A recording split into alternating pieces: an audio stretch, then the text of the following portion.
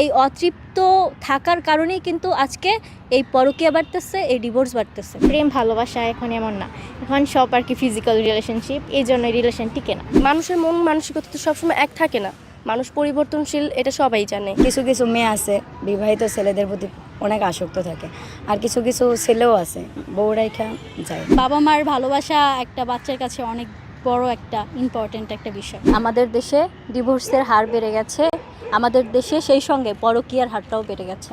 আমরা জন্মের পর আমাদের পরিচয় হচ্ছে মানুষ। এখন সেখানে আমরা কিন্তু আমাদের দেশে দেখবেন যে বৈষম্য যুদ্ধে মেতে থাকি। আপনি বলেন তুমি নারী, সে বলে তুমি পুরুষ।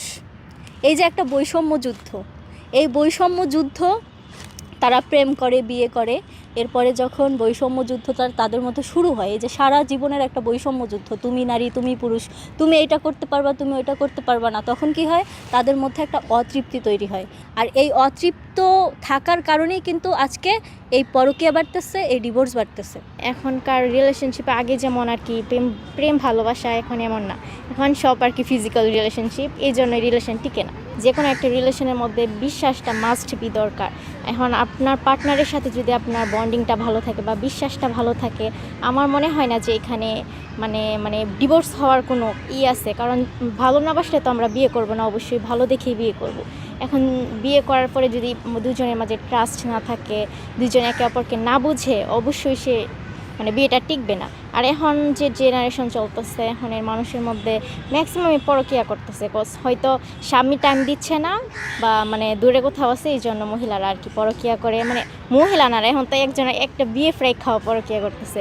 এখন বইলা লাভ নাই, যার যার মেন্টালিটি যেমন তেমনই আর কি। মানুষের মন মানসিকতা তো সবসময় এক থাকে না, মানুষ পরিবর্তনশীল, এটা সবাই জানে।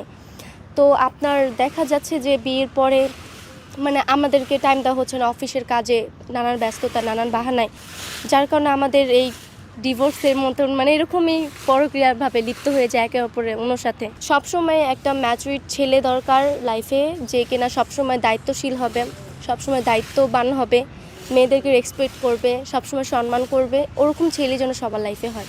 আর অমন ছেলে থাকাটা ইম্পর্টেন্ট। ডিভোর্সের কারণ আমার মনে হয় যে দুজনকে সময় না দেওয়া। বিয়ে করে অবশ্যই ভালো থাকার জন্যই, কিন্তু যখন সেই সম্পর্কটাতে সময় থাকে না, দুজনকে না বুঝে, তখন হয়তো বা হাজব্যান্ড অন্যদিকে মুভ করে বা ওয়াইফ অন্যদিকে মুভ করে।